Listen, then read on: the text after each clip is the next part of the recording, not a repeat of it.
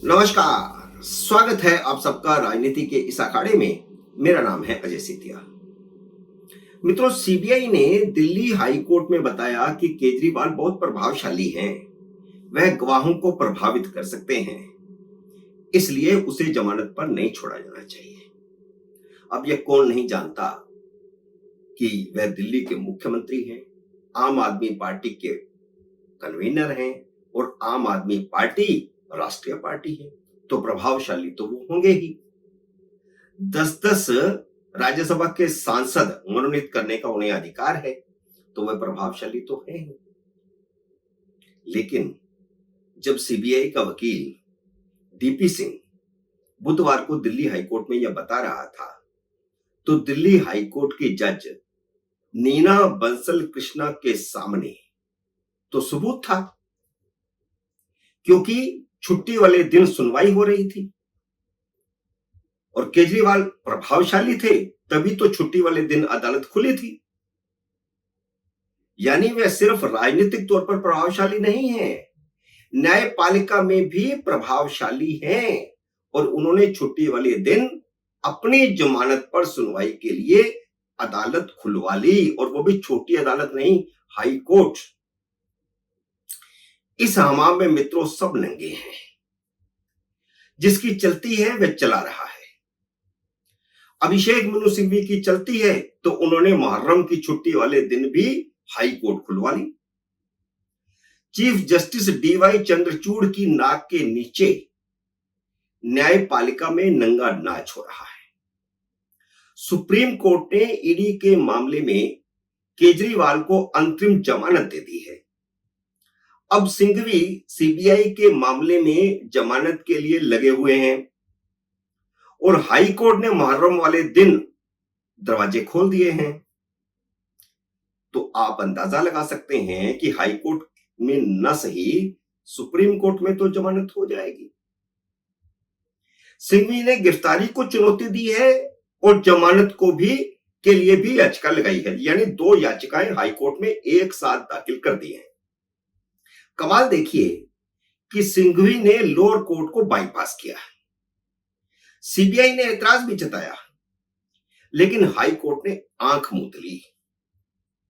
सवाल यह है कि जज को किसने निर्देश दिया था कि वह छुट्टी वाले दिन इतने गंभीर और संवेदनशील मामले की सुनवाई करें।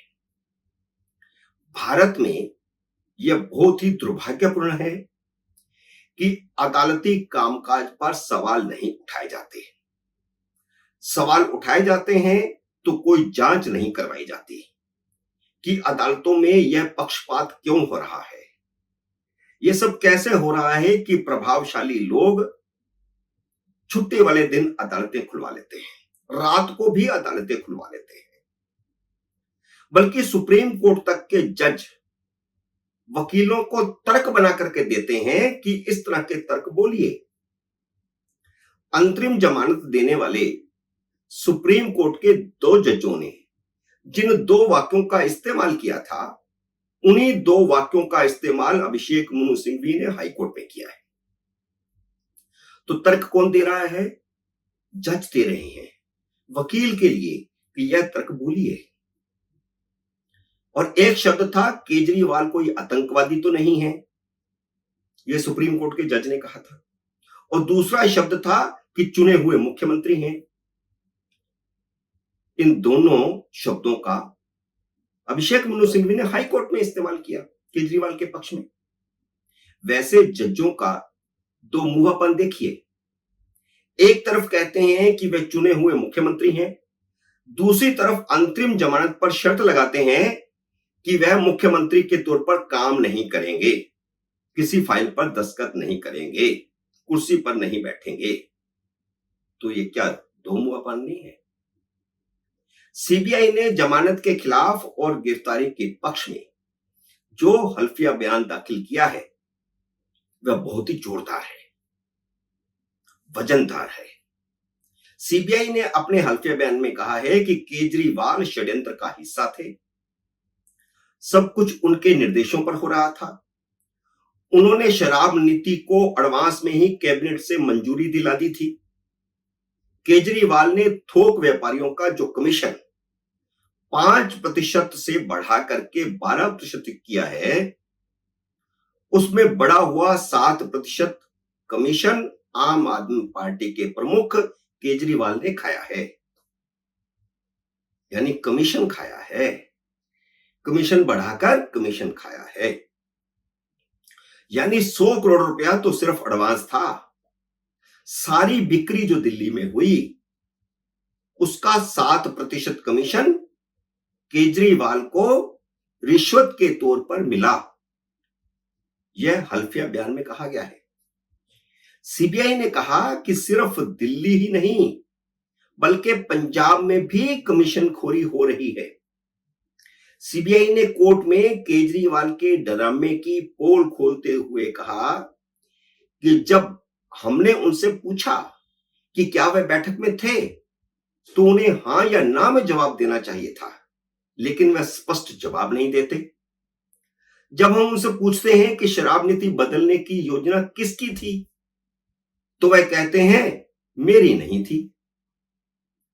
वह खुद को छोड़कर सभी को दोषी ठहराने के लिए तैयार है। यह एक बड़ा संकेत है सीबीआई ने जो दिया। यानी वह ठीकरा सिसोदिया के सिर पर फोड़ रहे हैं, विजय नायर के सिर पर भी फोड़ रहे हैं, बाकी सबके सिर पर फोड़ रहे हैं, खुद बच करके निकलना चाहते हैं। लेकिन सीबीआई कहती है वह मुख्यमंत्री हैं, सारी जिम्मेदारी उनकी है। और यह बात सही भी है, सामूहिक जिम्मेदारी होती है और सबसे बड़ी जिम्मेदारी तो मुख्यमंत्री की होती है। अगर देश में कोई बड़ा घोटाला कोई मंत्री करता है तो उसकी जिम्मेदारी प्रधानमंत्री को भी लेनी पड़ेगी।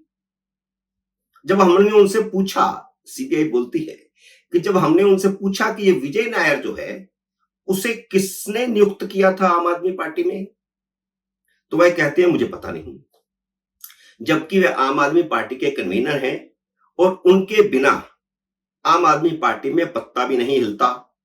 नियुक्तियां वे खुद ही करेंगे, वे कन्वीनर हैं, वहां अध्यक्ष कोई नहीं है। सीबीआई ने कहा कि केजरीवाल जांच में बाधा डालने की हर संभव कोशिश कर रहे हैं, इसलिए उन्हें जमानत पर तो बिल्कुल भी नहीं छोड़ा जाना चाहिए, क्योंकि वे आम आदमी पार्टी के कन्वीनर भी हैं, मुख्यमंत्री भी हैं और उन्हीं के प्रभाव में पंजाब सरकार ने सीबीआई को पंजाब में जांच की इजाजत नहीं दी है, क्योंकि सरकार आम आदमी पार्टी की है वहां पर। केजरीवाल ने कुछ अफसरों से मिली भगत करके शराब नीति बदल दी और अब केजरीवाल और उनकी पत्नी और आम आदमी पार्टी के लीडर जांच को डिरेल करने के लिए और गवाहों को प्रभावित करने के लिए झूठे नैरेटिव गढ़ रहे हैं। दूसरी तरफ अभिषेक मनु सिंघवी ने यह साबित करने की कोशिश की कि जब उन्हें ईडी के केस में जमानत मिल गई थी तब सीबीआई ने केजरीवाल को गिरफ्तार कर लिया ताकि वह रिहा ना हो सके। आम धारणा भी यही बनी है, लेकिन कानून अपने ढंग से काम करता है, एजेंसियां अपने ढंग से काम करती हैं। जब दूसरे सबूत मिलते हैं तो पहले सबूतों के साथ मिला करके कार्रवाई शुरू होती है। कई बार बहुत लंबी लंबी जांच चलती है। इस मामले में सिंघवी यहां तक चले गए कि उन्होंने भारत की तुलना पाकिस्तान से कर दी। उन्होंने कहा कि जैसे इमरान खान को एक केस में जमानत मिलती है तो वहां की एजेंसियां उन्हें दूसरे केस में गिरफ्तार कर लेती हैं, उसी तरह केजरीवाल के साथ किया गया है। अब यह बहुत ही शर्मनाक है, इस तरह की तुलनात्मक बातें करना, और वह भी पाकिस्तान के बारे में, जहां हम सब जानते हैं कि लोकतंत्र नाम की कोई चीज ही नहीं है, सिर्फ लोकतंत्र के नाम से दिखावा है। वहां सेना का शासन चलता है, वहां का उदाहरण दे रहे हैं और भारत की एजेंसियों को बदनाम कर रहे हैं, भारत के सारे सिस्टम को बदनाम कर रहे हैं।